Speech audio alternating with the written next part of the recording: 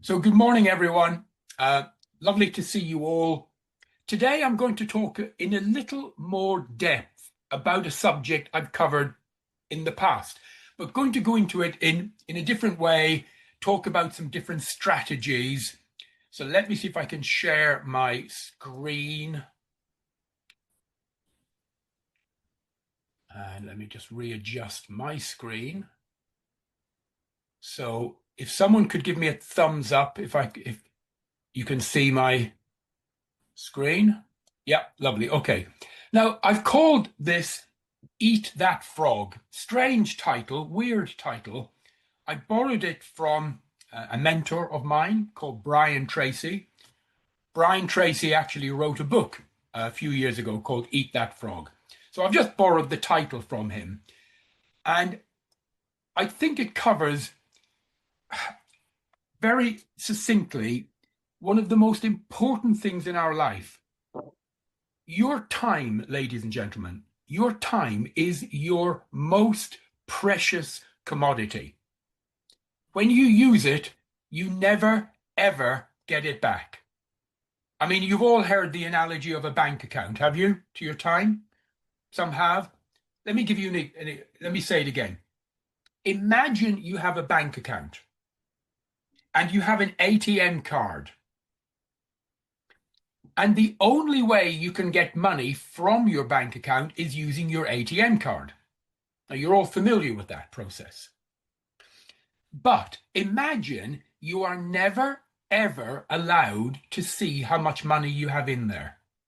You're never allowed to see a balance. And every day you have to go to the machine and take out the money you need for that day. So that's how this account works. You have to withdraw the money you need for that day every morning.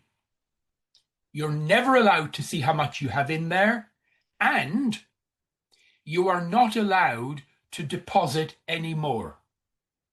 So imagine you have a bank account like that. So every day you go to the machine, you take out what you need for that day, and it covers your needs. But obviously, one day you will go to the machine and it will be empty and there will be no more. And that is what your time is like. Your time is the most precious commodity you have. And most people don't regard it that way. Most people actually waste their time. So I want to talk about this in more depth. Time management is not time management. It is life management. You've heard me quote Benjamin Franklin before. Benjamin Franklin had a famous saying. He said, time management is life management because time is the stuff of which life is made. And he said, if you cannot manage your time, you cannot manage your life. And then he said, and the seeds of greatness do not lie within you. Wow. You're never going to be great, ever. That was what he said. Time management is not time management, it is life management. For time is the stuff of which life is made. If you cannot manage your time, you cannot manage your life. And the seeds of greatness do not lie within you. I mean, it's so powerful. And most people, literally 95% of the world, don't think of it this way. They just go through life, they pretty much waste their time, and they get to the end of their life and they have not achieved what they would like to do. A famous Irishman, George Bernard Shaw, I mean, most great people are Irish, I think we all know that. But a famous, a famous Irishman once said, most men lead lives of quiet desperation. I mean, think about that. People, and when he said most men, he meant everyone, the human kind. Most men lead lives of quiet desperation. What a way to live, without a focus, without goals, without achieving, without managing your life. Most people, they don't think of it that way, as managing their life. I do another talk about people eating your energy, about people sucking energy from you, about setting boundaries. Maybe I'll do that in the next few weeks. And how some people, we call them energy vampires. Have you ever heard that expression before? You know, it's not that they're bad people, but this is your time that they are taking, that they are maybe wasting. Who knows? So time management is life management. It is essential for personal growth and professional success. And of course, if you want to be efficient at your work, at your career, at your job, it is absolutely essential. One of the things that gets in the way is, we call it procrastination. We all do it, by the way. Every one of us does it. We put things off. We say, I'll do that later. I'll have a cup of coffee first. I'll do that later this morning. I'll do it this afternoon. I'll do it tomorrow. If you play that game, it just expands. Life gets in your way and things never get done. So prioritization is all about eating that frog, which is a disgusting thought, really, if you think about it, except if you're French. Why they eat frogs is completely beyond me, but it's a disgusting thought. So here we go. Let me just...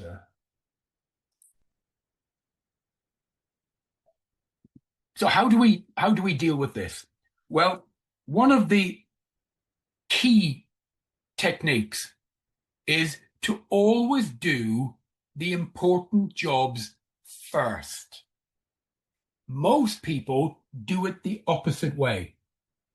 They think, I'll get rid of the little things. I'll do the little things because they're easy to do, they're quick to do, and I'll set aside time later for the big one, the big job, the big tasks, the important ones. It should be the opposite way. You should do the big jobs, or I say big, doesn't have to be big, but important. The important jobs first. This is where most people get it wrong. You might have heard the old saying, if you want something done, give it to a busy person. Why is that an old saying? Why would you give something to a busy person? Well, the reason is they usually are more efficient. If they're busy all the time, they've learned how to create strategies and techniques to be more efficient. Most people in life are not efficient. They ricochet from job to job. They bounce from task to task. So the big thing here is tackle the important tasks first. Do it at the beginning of your day, not halfway through, not at the end. Right up front, right at the beginning. By doing this, you prevent distraction from less meaningful jobs. You feel great. It gives you a boost of not just adrenaline, but you get a boost of your own endorphins that you create yourself in your own body. When you do a task that's quite important, you feel good. And what you should do is give yourself a little present, give yourself a gift. And I mean, you might take a coffee break and have a coffee and a cake or a biscuit or something. That's what I mean by giving yourself a little gift. So you do the job, you focus, get it done, go and give yourself a little gift like a coffee and a croissant or a cake. By getting into the habit of doing this, do it once and it's difficult, do it twice, do it 3 times, do it 4 times, each day, suddenly it becomes the normal. It becomes who you are. Now you become a person that deals with the important jobs in your life. You become someone who is able to prioritize and get things done. And it changes who you are. You know, you need to start telling a different story about yourself. And it all begins in your mind. If you say to yourself, "Oh, I'm the type of person that puts things off. I am the type of person that delays things. I am the type of person that doesn't like dealing with difficult jobs," that's who you will become. In the Alpha Group, we have a saying that we say with all of our members worldwide. And we actually have a poster with it on the wall. And it says, "Confront the brutal facts." Confront the brutal facts, which means be real. Be real and be honest. And get the big jobs done first. When you do, it will make you feel so good. So, how do we do it? Well, you've heard clear goals, but I'm not talking about goals in life. I'm talking here about goals for your day. You should write specific tasks and goals that you want to achieve that particular day. And then you can break them into smaller steps. Here's a question for you. When is the best time to plan your day? Anyone know? Evening, the evening, the day. You're right, Dinara. And the other, yes, the night before. Yeah. The night before. Now, how do you planning? It helps you to set priorities. Even though you won't think about it, it will be working in your subconscious while you sleep. And you won't feel as bad about dealing with the difficult tasks if you've already put them on your list. Right? It won't come as a shock and you won't be stressed the next day. Applying the 80-20 rule. The 80-20 rule is really important. It's called Pareto's Law from Alfredo Pareto in Milan, Italy, 1895. He came up with it. And it applies to everything you do in life. It's quite incredible, really. 80-20. It means that 80% of the value of what you get comes from only 20% of what you do. Now, I think that's amazing. I think that really motivates me. I only have to do 20% to make an 80% value and benefit. So, therefore, when we do our leadership training, I have a phrase that I use called the vital few instead of the trivial many.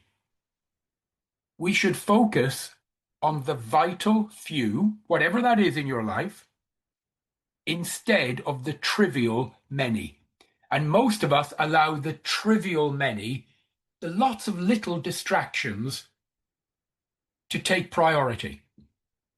So again, it comes back to the focus on the most important tasks first. So when do we do it? The night before. So let's now look at how to do it. There are so many ways of prioritizing tasks. So many programs, software, apps available. You have so many to choose from. I'll share mine. I use two. I use paper and I use Trello. Now, when it comes to prioritizing tasks, I personally divide my tasks into 3. Now, I'm not saying you should do this, but this works for me. And I categorize them as must, should, could. So the jobs or the tasks that I must do, the jobs that I I should do, I really should. And then the others that I could do. If I have time, if I have energy, if I have the will, could. Must, should, could. Now, for me, that works. You might have your own, and some people like to color code them. I also use Trello. Um, I'm not suggesting you all use Trello. It just works for me. I've tried lots of them. Trello works on the Kanban method. Maybe you're familiar with that, where you can move tiles around and you can drag them and you can color them and prioritize them and put notes on them. And I just find that very helpful. So on my laptop, I use Trello, and on the desk in front of me, I always have a notepad, and then I note the things and I transfer it to Trello later. So that is a system that works for me. Play around with it, experiment. You don't have to pay any money. Most of these are complete. You can get the free versions online, or just use paper and pen.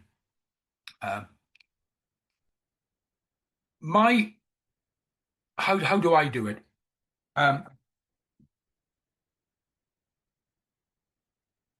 Yesterday, I sent my first email at 4:05 in the morning, right? 4:05.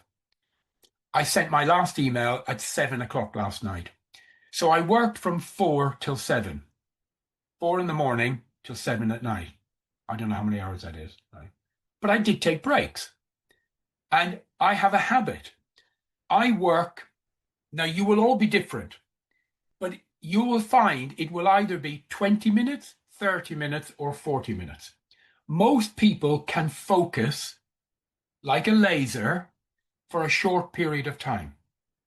And then you need to take a break, get some fresh air, go for a walk, have a cup of tea. For me, it's 30 minutes. I like to do 30-minute blocks, work like really focus. I don't see anything else outside, and then I take a break. I go for a coffee. I go for a walk. Come back, another 30 minutes. Now you will all find you will have your own, circadian rhythms that work for you, but it's foolish to think you can work for 4 hours, 5 hours without a break and still be as laser focused at the end as you were at the beginning. It doesn't work, right? So you need to have short periods of intense focus and then take a break. Short break, short break. And you can take longer breaks, take an hour, for lunch and so on. But that's how I do it. Eliminate distractions. Distractions come in it's not easy. If you have children, and if we work from home, and many of you will have children there, then obviously your children, they are on one hand a distraction, on the other hand, they're a godsend, they're a gift. So you can't shut them out, but you just have to do the best you can. But definitely distractions like television in the background, no. Radio, no. Some people say they like to play music while they work. Okay. Yeah. This is a talk for another day. Most music is not beneficial for you. Some music is. Music that has what's called a 4-beat syncopation is okay to listen to, terrible to have for work. So most rock music, pop music has a 4-beat syncopation. They've shown with studies that, kids, children love to maybe study in their bedroom when they're going to school. You sit in your bedroom and you study and you have music playing. If you have the wrong music, did you know it's like an eraser coming along? You study, you learn something, and then there's an eraser coming along, wiping it out behind. It's incredible. Whereas music like Mozart, Beethoven, all of those, actually, they're very good. They help to enhance your learning. They embed what you learn. I won't go into that today, maybe a talk for another day. but get rid of distractions. Music, television, and noise in the background, right? And as I've said here, give yourself rewards. When you finish a short 20, 30, 40 minutes of work, give yourself a reward. Have a cup of tea, have a cup of coffee, have a little cake, go for a walk in the fresh air. Okay.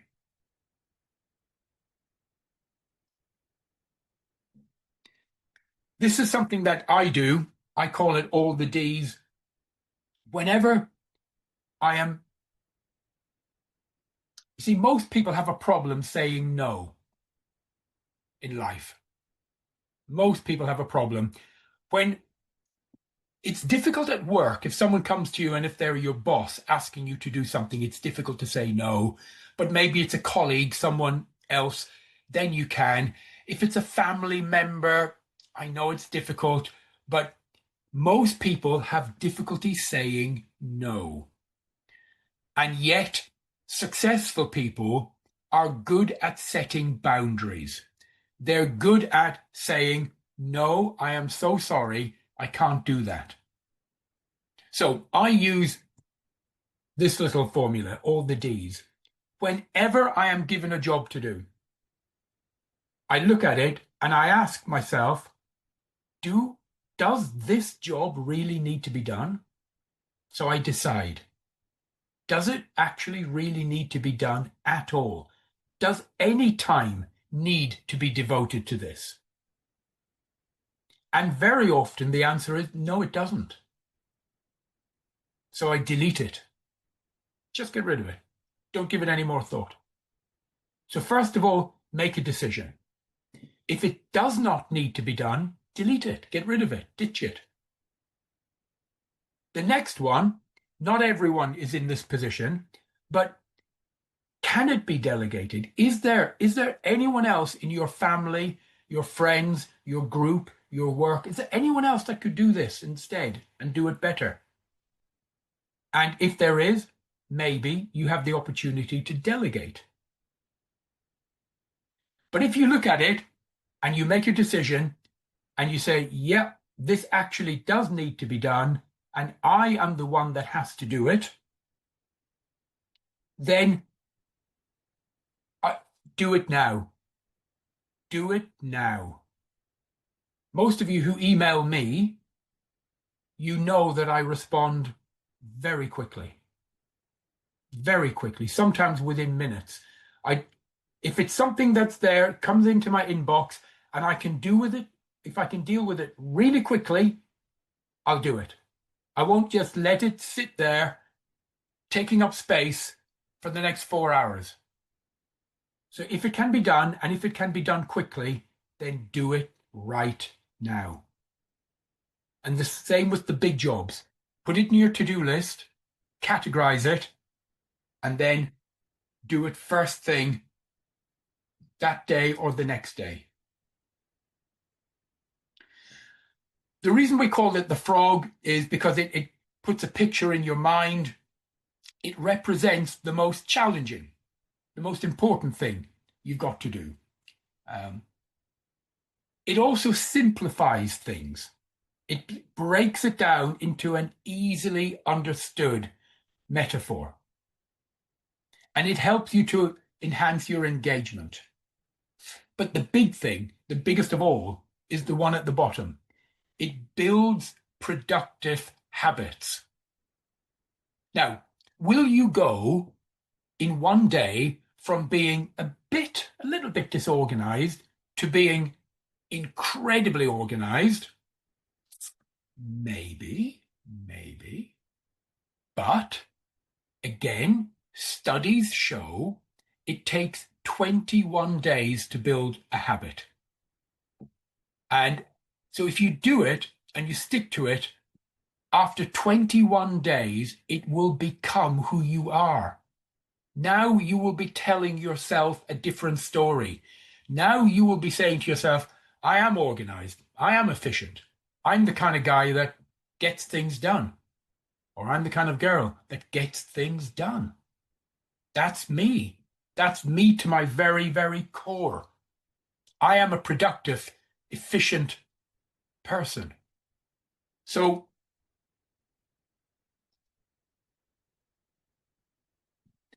I'll stop the share if I can.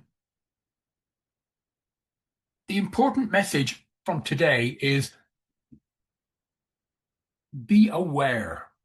Again, in life, people are not aware of a lot of things, of what's going on around them. They're not aware of reality. They're not aware of the truth. They're not aware of their environment. They're not aware of who they are as a person. So you need to be aware. And then when it comes to time, and I'm not just talking work, yes, to do with work, but to do with your life. Your life, who are the people around you, your family, the people you love, your brothers, your sisters, your friends, your children, your parents. Where do you spend your time? And who is wasting your time?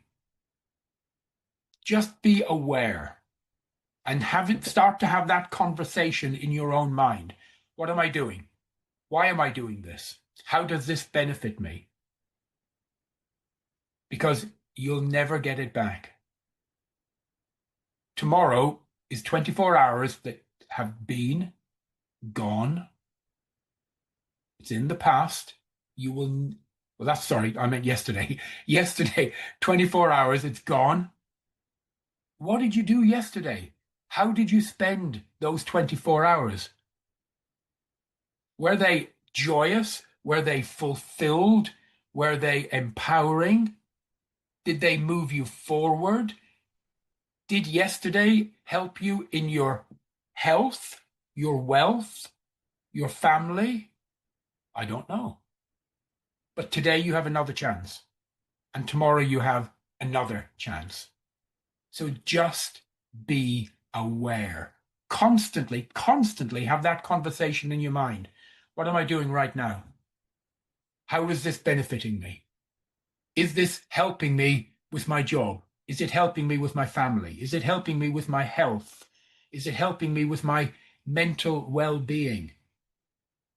Just have that conversation on a regular basis with yourself throughout the day. And you'll start to become that new person.